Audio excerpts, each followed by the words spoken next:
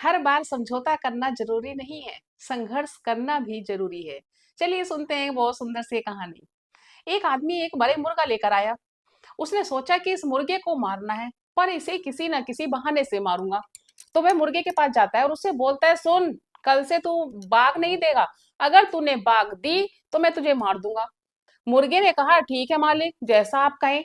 और मुर्गा जो है अगले दिन बाघ नहीं देता, सिर्फ अपने पंख फड़फड़ाता है। मालिक यह देखकर गुस्से में कहता है, सुन, कल से तू पंख भी नहीं फड़फड़ाएगा। अगर तूने पंख फड़फड़ाए तो मैं तुझे मार दूंगा। अगले दिन मुर्गा बेचारा पंख भी नहीं फड़फड़ाता, और पर अपनी आदत के अनुसार अपनी गर्दन ऊंची कर लेता है। अब मालिक कहता है कि अगर तूने कल गर्दन भी ऊंची की तो मैं तुझे मार दूंगा। अगले दिन बेचारा मुर्गा अपना चुपचाप सहमा हुआ रहता है और कुछ नहीं कहता।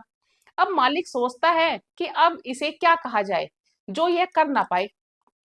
वह कुछ सोचता है और फिर उससे कहता है कि ए सुन, तुझे कल से अंडे देने हैं। अगर तूने अंडे नहीं दिए तो मैं तुझे मार दूंगा। यह सुनकर मुर्गा सोचता है कि अब समझ आया कि इसका इरादा तो मुझे मारने का ही था, बहाना कुछ भी हो।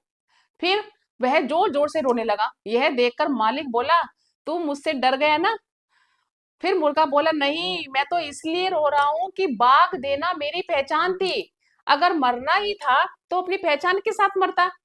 अंडे ना देने पर मरने से अच्छा तो है कि मैं बाघ देकर मरता। मैंने अपना सब कुछ तो त्याग दिया, अपनी पहचान खो दी, तुम्हारी हर बात मानी, पर जिसका इरादा मुझे मारने का ही था तो उसके सामने मुझे झुकना नहीं चाहिए था।